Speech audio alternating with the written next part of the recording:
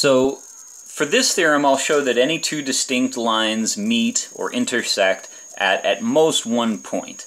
And it's almost kind of an excuse just to boot up Geogebra and do a little simple illustration while things are easy. So I'll go ahead and open up my Geogebra application on my tablet, but you can also get it on a computer or any, most devices. So here's Geogebra. When it boots up, this is what I find.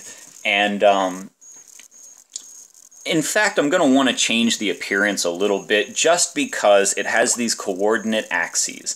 And that's not such a big deal, except for the fact that,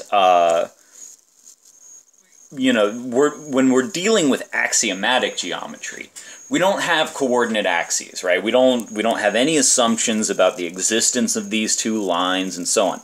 Now, I know that, we all know that that is possible, that we can get good, interesting uses out of having coordinate axes, but at least for now, let's not have them and, sort of operate in this, slightly more pure Euclidean version of geometry, where all we get to look at are 2 points on a line, and then we want to look at, say, some intersecting line.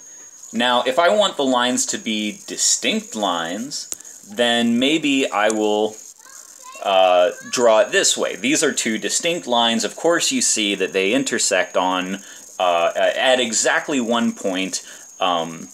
In fact, if I wanted to make the point a little bit better, I'd just take any two arbitrary points, not necessarily my point D lying on the line, because still, with any two arbitrary other points that determine a distinct line, you find an intersection point.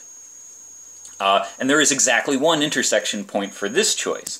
Now, to kind of understand what we're talking about when we say, for any two distinct lines, well, what would it mean? What are we even talking about if we don't have distinct lines?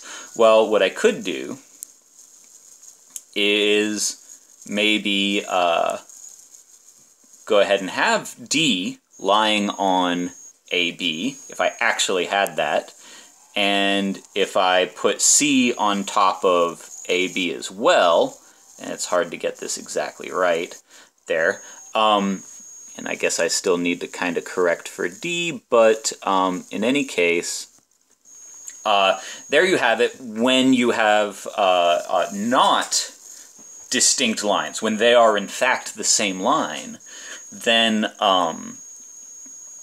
you don't have a unique intersection, right? The intersection of these two lines is actually all of the points on the line. That's an infinite collection of points.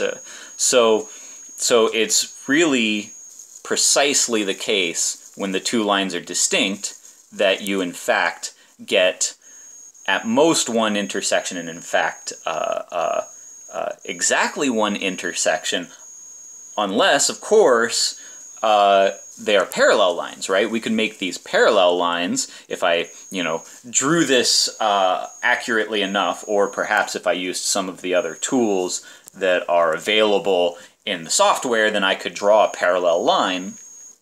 But the point is that this is just a good little way of illustrating and showing what we have in mind when we say two things that might escape our observation, or we might not appreciate what they really mean at first glance, which is namely the emphasis on distinct lines so that they don't completely overlap, and saying that there is at most one intersection point, because of course there could be no intersection point when you have parallel lines. So, okay, that's enough as far as playing around with Geogebra and illustrating the theorem. Next video, we prove the theorem.